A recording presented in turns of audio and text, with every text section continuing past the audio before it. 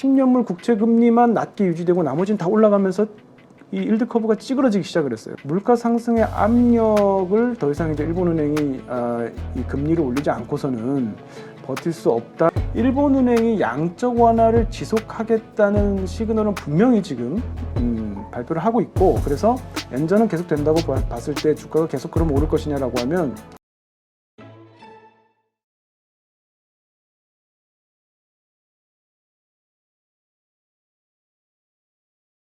네, 오늘 모신 분은 지금 다시 일본 정도 책의 저자시죠. 그리고 한국외대 국제지역대학원 일본학과 이창민 교수님 모셨습니다. 안녕하세요. 네, 안녕하십니까, 이창민입니다. 네, 요즘 일본에 대해서 그 어느 때보다 관심이 좀 커지고 있는 것 같아요. 근데 작년하고 올해하고의 그 일본에 대한 관심의 그 방향이 좀 다른 게, 작년에는 좀 부정적인 게 많았다고 하면은 올해는 뭐 증권 시장도 상당히 활발하고요. 여러 가지 뭔가 주요 이슈들이 일본에 많이 있는 것 같습니다.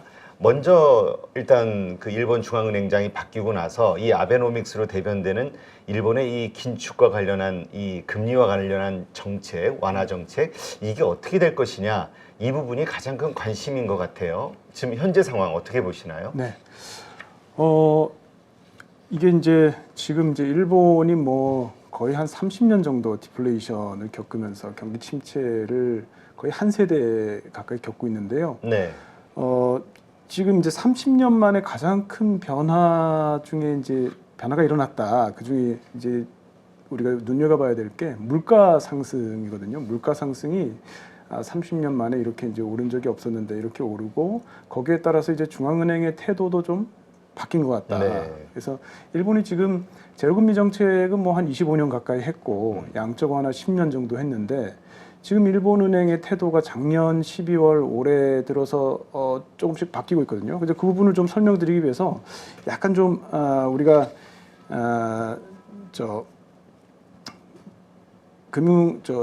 통화 정책을 조금 리뷰를 좀 해볼 필요가 있을 것 같은데요. 네. 일단 이제 올해 7월 28일 날 이제 우에다 총재가 YCC 변동폭을 조정하겠다고 이야기를 했습니다. 네, 그래서 그렇죠. 뭐 전문가들이야 뭐 금방 이해를 하시겠지만, 또 이제 일반 시청자들이나 독자들은 이게 정확히 무슨 의미인가 잘 이제 이해가 안 되시는 부분이 있을 것 같아서 그 부분을 조금 설명을 좀 드리면, 10년 전으로 이제 거슬러 올라가서 아베 총리가 이제 2012년 12월에 이제 다시 이제 총리가 되고, 2013년 4월부터 이제 쿠로다 총재 임기가 시작이 됐는데, 그때 이제 대담한 금융 정책이라는 걸 이제 시작을 했죠. 그래서 처음에 한 2년 정도를 목표로 양적 질적 금융 완화라는 걸 실시합니다. 이제 양적이라는 건 지금까지 유례가 없을 정도로, 본 적이 없을 정도의 큰 규모로 디플레이션 마인드가 종식될 때까지 무제한적으로 보는 통화를 공급하겠다는 거였고, 질적이라는 거는 이제 국채뿐만이 아니고 리스크 자산이라고 하죠. 뭐 ETF나 리츠 같은 것도 이제 매입을 하겠다라고 해서 이제 시작을 했는데, 당시에 이제 일본은행 부총재 중에 이와타 키코라고 원래 이제 경제학과 교수를 하시다가 이제 부총재 되신 분이 있는데, 그분이 이제 이와타 방정식이라고 있었어요. 270조엔 모니터리 베이스를 늘리면, 보는 통화를 공급을 하면 2% 물가 상승률 안정화되는 거 확실하다. 네. 이렇게 해서 이제 그 방정식에 맞춰서 이제 매년 60조엔씩 이제 늘려가는 이제 양적 완화를 실시했는데요. 그렇게 한 2년을 했는데 결과를 나중에 2014년 지나서 15년 보니까 물가 상승 2% 달성을 못했습니다. 그래서 이제 그 당시에 이제 일본은행이 이제 반성을 또 하면서 방향을 좀 틀었습니다. 그 방향을 튼 게 굉장히 중요한데, 2016년에 이제 완전히 통화 정책이 한번 큰 틀에서 바뀌거든요. 네.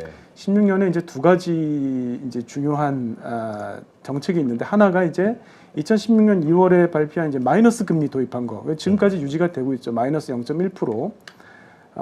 이 시중은행들이 이제 중앙은행의 계좌를 가지고 있는데, 그 계좌의 일부에 대해서 이제 마이너스 금리를 부여한 거고, 또 한 가지 중요한 게 뭐냐면 장단기 금리 조정을 동반한 양적 질적 금융 완화라고 굉장히 긴 이름의 이 통화 정책을 이제 실시하게 되는데, 이게 뭐냐면 이게 이제 YCC입니다. 장단기 금리 조정. 그래서 이제 yield curve control을 이때부터 하면서, 또 한 가지가 overshooting commitment라는 걸 하게 되는데, 여기 이제 YCC가 이제 처음 나오는데요. 원래 이제 국채 수익률 곡선이라는 게 이제 일반적으로 이렇게 이제 생겼죠. 이제 그렇죠. 만기가 짧으면 금리 수익률이 낮고 만기가 길면 수익률이 높고 해서 이런 식으로 생기는데, 물론 이제 지금처럼 미국의 FRB처럼 갑작스럽게 금리를 올리면 역일드 커브라 그래서 이런 모양이 나오기도 하지만 일반적으로는 이제 이렇게 생겼습니다만, 마이너스 금리 정책을 도입하다 보니까 단기 금리가 마이너스가 되다 보니까 이 투자자들이 장기 국채 이 투자 수요로 이제 몰리는 거죠. 그래서 투자 수요가 몰리다 보니까 국채 가격이 올라가고 금리가 하락하는 그런 현상이 생기는데, 그렇다 보니까 어떻게 되냐면 일드 커브가 점점점 이렇게 내려오게 되는 거죠. 이렇게. 그래서 우리가 이걸 이제 일드 커브의 플랫화라고 평평하게 이렇게 되는 겁니다. 네. 그래서 장기 국채 금리 수준도 마이너스가 이제 되는 그런 문제가 발생을 했습니다. 그래서 이제 가만히 놔두면 일드 커브가 계속 밑으로 이제 꺼지니까 그걸 이제 일본은행이 밑으로 떨어지지 않도록 붙잡고 있는 정책을 발표한 게 바로 일드 커브 컨트롤인데, 네. 그때 얘기한 게 뭐였냐면 장기 국채 10년물 장기 국채 같은 경우는 적어도 0%로 유지를 하겠다. 그리고 변동폭 밴드를 플러스 마이너스 0.25%로 조정하겠다. 이제 이렇게 발표를 한 거죠. 근데 이제 이게 문제가 뭐냐면 장기 국채 금리가 만약에 마이너스가 됐을 경우에 일본은행이 국채를 내다 팔아서 그럼 국채 가격이 떨어져서 금리가 올라가는 거 그 효과로 0%로 맞춘다는 얘기인데, 이 얘기는 일본은행이 지금까지 양적 완화하면서 전부 다 국채를 사들였는데 네. 지금부터는 경우에 따라서 팔 수도 있다라는 이야기가 그렇죠. 되는 거죠. 그래서 시장 참가자들이 이거 사실상 출구 전략이 아니냐, 금리 상승한이랑 똑같은 효과 아니냐라고 의구심을 가지는 그런 시그널을 줬다는 거죠. 그래서 네. 양적 완화 이제 끝인가 하는 얘기가 2016년에 있었어요. 그래서 그때 이제 일본은행이 뭐 어떻게 하냐면 아니다, 우리는 양적 완화 계속한다. 그래서 오버슈팅 커미트먼트를 합니다. 약속을 하는데 뭘 하냐면 물가 상승률이 가령 2%를 넘어가서 3% 4% 되더라도 우리는 양적 완화를 그만두지 않겠다라는 걸 이제 약속을 하는 거죠. 그래서 시장 참가자들이 혹시라도 출구 전략 내지는 금리 상승을 용인하는 거 아닌가라는 의구심을 갖지 않도록 말하자면 물타기 하는 식으로 오버슈팅 커미트먼트를 해서, 그게 이제 두 개가 세트였습니다. YCC하고 오버슈팅 커미트먼트가.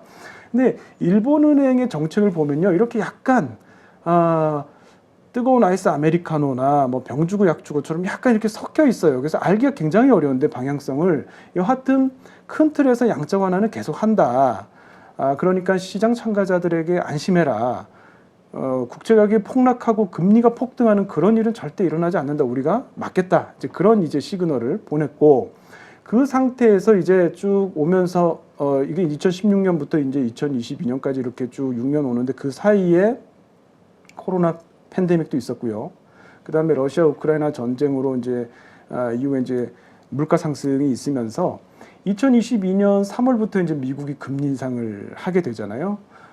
그러니까 이제 마이너스 금리, 정책 금리가 마이너스인 일본과 금리를 점점 인상하는 미국과 금리 차이 때문에 이제 엔저도 더 심해지고, 그러면서 2022년 12월에, 그러니까 작년 12월에 쿠로다 총재가 임기를 얼마 안 남기고 이 발표를 하는데, 이 일드 커브 컨트롤, 그러니까 YCC 변동폭을 조정하겠다라고 발표를 합니다. 그래서 원래는 0% 기준으로 플러스 마이너스 0.25가 밴드였는데 그거를 플러스 마이너스 0.5로 네. 늘리는 거죠. 그래서 시장은 사실 이거 자체를 사실상의 이제 금리 인상으로 받아들였어요. 왜냐하면 당시에 이제 지금 이제 그래프가 있는데요. 네.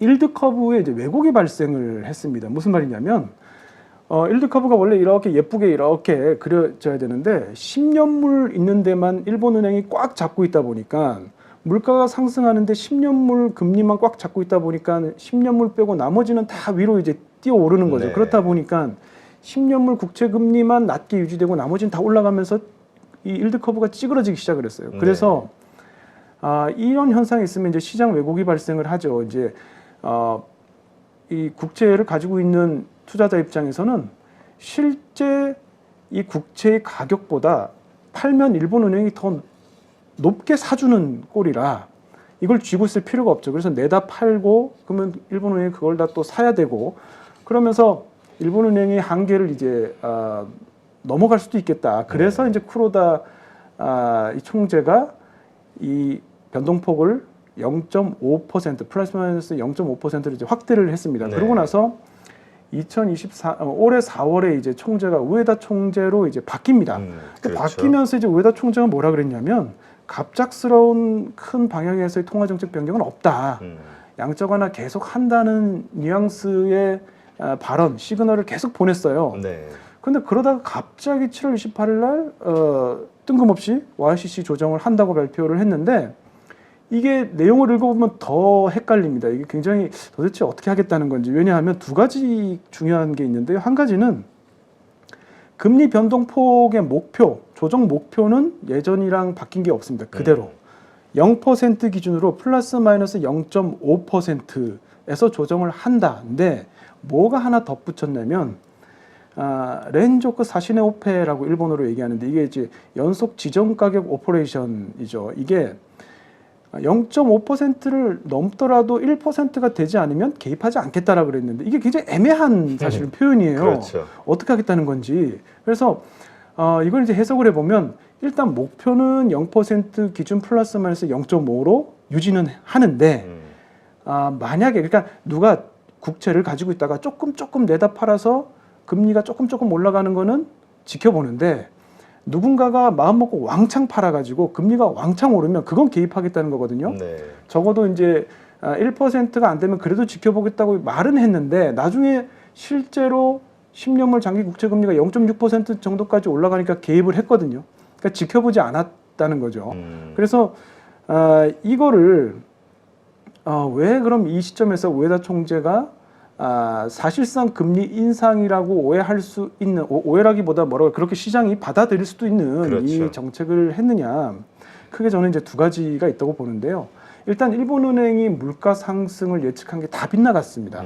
그래서 이제 올해 4월만 해도 일본의 이제 CPI 소비자 물가 상승률이 한 1.8% 될 거라 그랬는데 7월에 2.5%로 수정했거든요. 네. 생각보다 물가가 굉장히 높은 수준에서 떨어지지 않고 계속 지금 유지가 되고 있고 그래서 물가 상승의 압력을 더 이상 이제 일본은행이 이 금리를 올리지 않고서는 버틸 수 없다라는 게 하나 있고 또 한 가지는 이제 사실은 이제 정부 측에서 입장이 반영이 됐다고 저는 좀 보는 게 기본적으로 일본은행은 외환 시장에는 개입을 하지 않는 게 원칙이고 계속 그걸 밝혀왔어요. 외환 시장에서 엔저나 엔고에 대해서는 자기들은 생각을 하고 있지 않고 오로지 물가 안정적인 물가가 운영이 목표다라고 했는데 그런데 이미 재정 파이낸스라는 말이 지금 뭐 일본은행 같은 경우 비판을 받고 있습니다만 정부와 일본은행이 독립성이 유지되지 않고 지금 한 몸뚱아리가 된 지가 꽤 됐거든요. 네. 정부의 눈치를 안 볼 수 없는 상황에서 이렇게 엔저가 돼서 수입 물가 상승하고 민간 이 가계에서 굉장히 생활 수준이 하락하는 것 때문에 고통을 겪고 지지율이 하락하고 이런 거에 대해서 정부가 굉장히 중앙은행에 대해서 행동을 촉구할 수 있는 그런 압력 요인이 있고 중앙은행도 이걸 무시할 수만은 없는 상황에서 그렇죠. 이게 지금 나왔다. 다만 한 가지 우리가 이제 주목해야 될 게 지금까지 일본의 30년 동안의 역사와 조금 다른 점은 뭐냐면 이 물가 상승이 예전과 좀 다른 부분이 있다. 왜냐하면 일본은행도 지금 올해 약간 예측이 빗나갔던 게 지금도 그렇습니다만 기본적으로 비용 인상, 비용이 견인하는 물가 상승이기 때문에 뭐 에너지라든지 원재료 가격이 그렇죠. 견인하고 있기 때문에 장기적으로 오래가진 못할 것이다라고 일본은행은 예측을 하고 있고 실제로 2024년 되면 1%대로 물가 상승률이 떨어질 거고 2025년 되면 0%대로 떨어질 거라고 보고 있어요 지금도. 네. 그런데 지금 보면 물가 상승의 주체가 그러니까 물가를 견인하는 주체가 처음에는 에너지 부문 원재료인데 지금 이제 임금 상승이 각 기업마다 이제 계단낸 소속 가맹 기업들 임금을 올리면서 임금이 이제 이 물가 상승을 어떤 주도하는 쪽으로 조금씩 성격이 바뀌고 있거든요. 만약에 이렇게 되면 중앙은행 입장에서도 좌우당간에 뭔가 이제 좀 생각을 좀 고쳐야 되는 그런 상황이 올 것이다 이런 생각이 듭니다. 네. 그러니까 지금 일본의 인플레이션과 관련해서 그 금리 인상을 사실상 일반적인 다른 정상적인 국가라면 이미 했어야 되는 어떤 그런 상황 아니냐 할 정도로 인플레이션 문제가 있다는 거잖아요. 근데 이제 그 일본의 이 긴축에 대해서 많이 걱정하는 게 이렇게 되면 이제 엔캐리 트레이드라고 해서 해외에 투자됐던 이 엔화 자산들이 정리가 되면서 전 세계의 어떤 그 뭐라 그럴까요? 자산의 어떤 이 하락 현상을 일으키지 않을까? 이건 참 걱정하는 거거든요. 만약에 사실상의 어떤 그런 긴축 그리고 금리 인상이 된다고 하면 향후에 그러한 엔캐리 트레이드에 대한 이런 뭐라 그럴까요? 우리의 걱정 이게 현실로 이루어질까요? 네. 지금 이제 일본이 만약에 정말 출구 전략을 쓰고 긴축으로 이제 전환을 일본은행이 긴축으로 다른 여러 지금 주요국의 중앙은행이 하듯이 긴축 정책으로 만약에 돌아서면 어떻게 될 것이냐라고 했을 때 우리가 이제 제일 먼저 떠오르면서 많은 분들이 알고 계신 게 일본이 지금 1026조 엔 국채 발행을 했더라고요. 네. 그래서 그중에 일본은행이 556조 엔을 가지고 있습니다. 50.3%. 10년물 국채 같은 경우는 거의 90% 가까이 일본은행이 가지고 있어요. 그러니까 이거는 이제 재정 측면에서 지금 상식이 뭐 됐습니다만 금리가 1%만 올라도 갚아야 될 지금 이자 부담이 한 3조 7천억 엔, 우리로 치면 뭐 37조, 40조 가까이 늘어나잖아요. 이것을 어떻게 정부가 감당할 것이냐라는 게 하나 있고 또 한 가지가 일본은행뿐만이 아니고 기업이 지금 사실은 투자를 이 설비 투자 관련해서 일본 기업들이 국내 설비 투자가 올해 예상되는 게 한 100조 엔, 내년에도 한 100조 엔 이상 투자할 것이라고 지금 그 추계치가 나와 있는데요.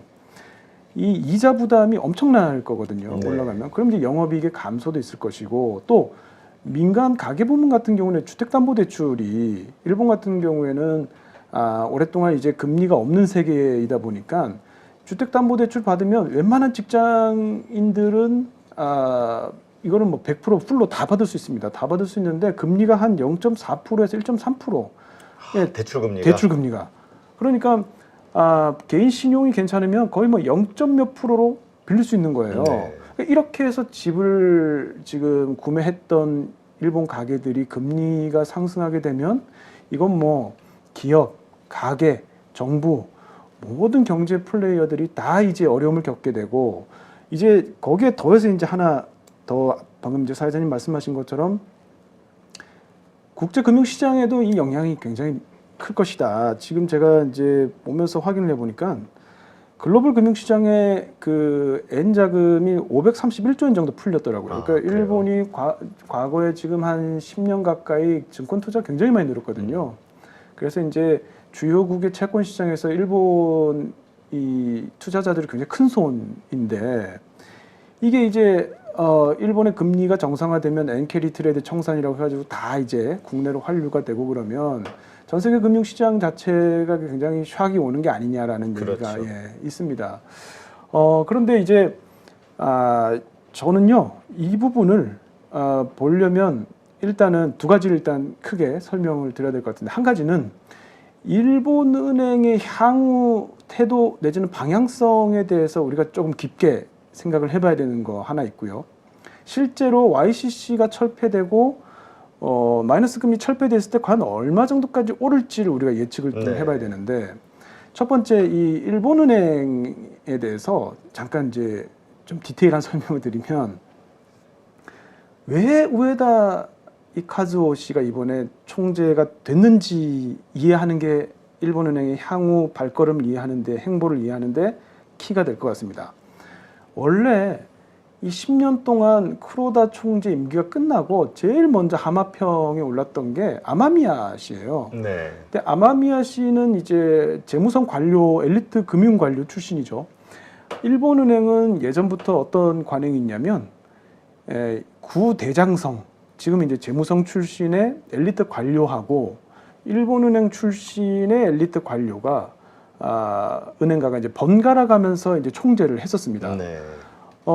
그런데 이제 당연히 쿠로다 총재는 엘리트 관료, 대장성 이 재무성 출신의 엘리트 관료이기 때문에 이 사람이 끝나면 순서상으로 원래 일본은행 출신이 돼야 되는데 아마미야 씨가 하마평에 올랐을 때 제일 먼저 이제 당연히 반대했던 게 일본은행의 오비들, 일본은행 측에서 이제 반대를 했고요. 사실은 그거보다 더 이제 중요한 게 뭐냐면 아마미야 씨가 일본은행 총재 자리를 고사했어요. 몇 번 이거 삼고초를 했지만, 근데 고사한 이유가 뭐냐면 자기는 이제 주류 경제학자들과의 싸움에 지쳤다라고 표현을 합니다. 그럼 주류 경제학자가 누구냐? 제일 대표적인 게 폴 크루그먼. 네. 네. 폴 크루그먼이 사실 양적 완화의 이론적 기반을 제공한 그 논문을 쓰고 양적 완화를 해서 일본이 경기 침체에서 벗어나야 된다고 주장을 했는데, 그동안 이제 일본은행이 세계에서 가장 먼저 사실 양적 완화를 했었습니다. 네. 2001년에서 6년 사이에 한 번 했고, 그런데 경기가 좋아지니까 재빨리 양적 완화를 딱 끊고 금리를 살짝 높였거든요. 네.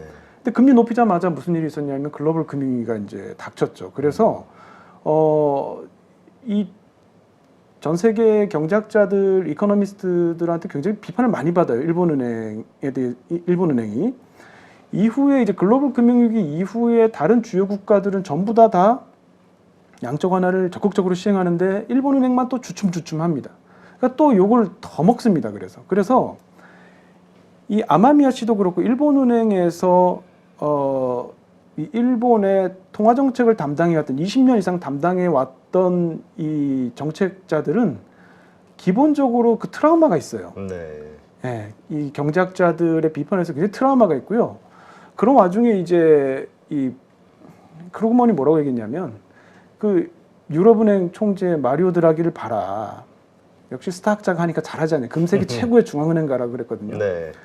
그래서 이 아마미야 씨가 뭐라 그러냐면 미국 같은 경우 이제 버냉키가 하고 마리오 드라기가 이제 유럽 중앙은행 총재를 하고 한국 같은 경우에도 이제 이창용 네. 교수님이 이제 총재로 갔으니까 전 세계의 주요 국가의 중앙은행은 지금 트렌드가 스타 경제학자들이 맞는 게 이 트렌드이기 때문에 일본만 과거처럼 이제 관료가 맡고 하는 이런 시대는 지나갔다라고 이제 이야기하면서 고사를 합니다. 그래서 일본에서 최초로 도쿄대학교 경제학과 교수 출신인 이 우에다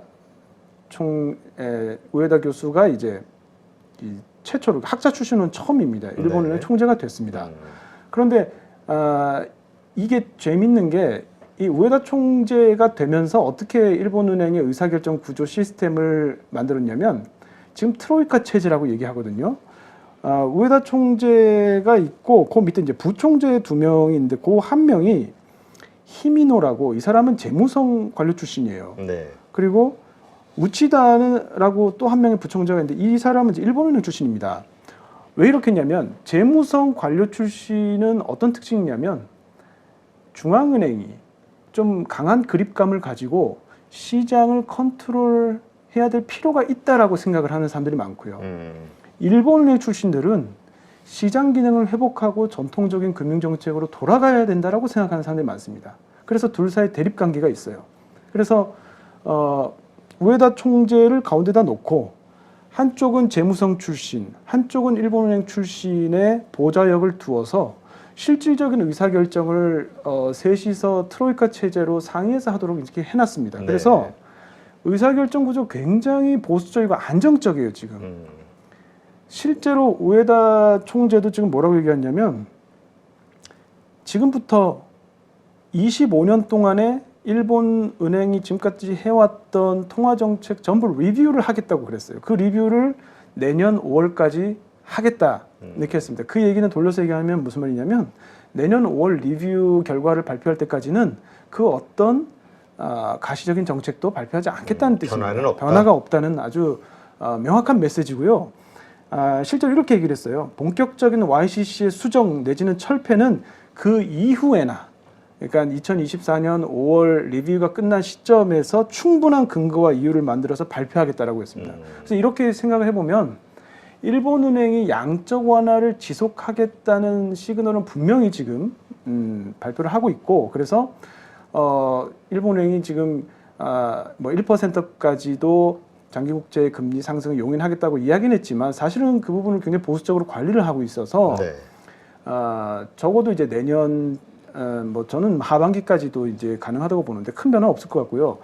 아까 말씀드린 것 중에 두 번째, 실제로 그러면 우리가 시뮬레이션을 했을 때 일드 커브 컨트롤을 다 없애고 마이너스 금리 다 없애면 얼마까지 금리가 오를 것이냐. 실제로 이거를 이제 이 시뮬레이션을 니세이 기초연구소에서 이제 했는데 한 1.5% 최대 1.5% 정도까지 오른다고 얘기를 했습니다. 그럼 일본 1.5%는 물론 이제 지금에 비하면 굉장히 높은 수치긴 하지만 뭐 일본이 그렇게 할 리도 없거니와 한다 하더라도 다른 이제 미국이나 유럽 국가들과 비교하면 그 금리 차이라는 게 아주 뭐 엄청나게 빠른 속도로 줄어들고 그런 우리가 깜짝 놀랄 만한 그런 사태는 벌어지지 않을 것 같다라는 게 이제 제 생각입니다. 네.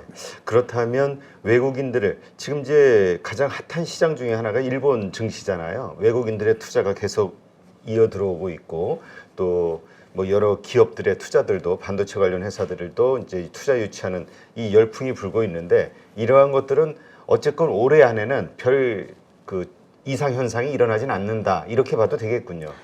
예, 뭐 어디까지나 뭐 예측이기 때문에 틀릴 수도 있다는 전제하에 네.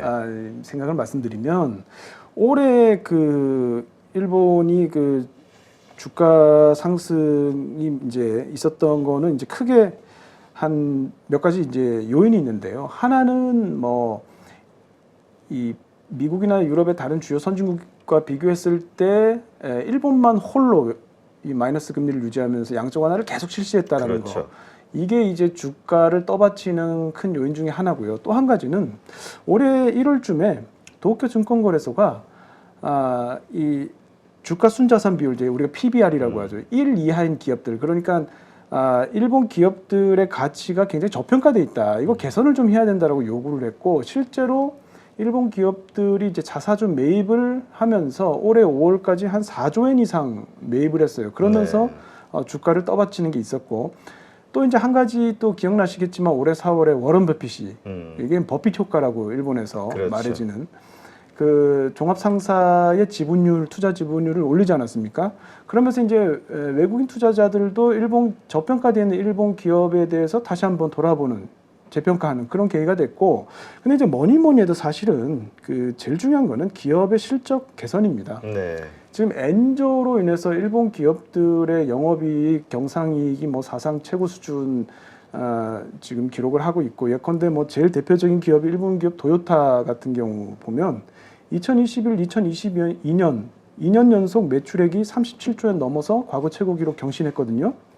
그다음에 작년에 일본 기업들 경상이익이 93조 엔, 이것도 이제 과거 최고 수준이기 때문에 기본적으로 이제 기업의 영업이익, 경상이익, 기업의 실적이 좋기 때문에 주가가 이제 유지가 되는 거고, 다만 그럼 이제 엔저가 계속 내년 올해 연말까지 지속된다고 봤을 때 주가가 계속 상승할 것이냐. 일본의 뭐 주가와 환율은 그런 관계가 있으니까요. 네. 엔저일 때 오르고 엔고일 때 떨어지니까 엔저는 계속 된다고 봤을 때 주가가 계속 그럼 오를 것이냐라고 하면 일본 내에 있는 애널리스트나 이코노미스트들이 대략적으로 이제 컨센서스 모두가 얘기하는 게 35,000엔 정도가 착지점이다라고 다들 이야기를 하고 있습니다. 이제 그래서 저도 뭐 근거를 대라고 하면 되기는 그렇지만 35,000엔을 넘어가서 뭐 더 주가가 상승하고 이런 거는 좀 어려울 것 같고, 그 전후가 되지 않을까 이렇게 생각을 하고 있습니다. 네, 알겠습니다. 하여튼 이것이 팩트에 기반한 현재 일본 경제의 정확한 상황이라는 거, 네,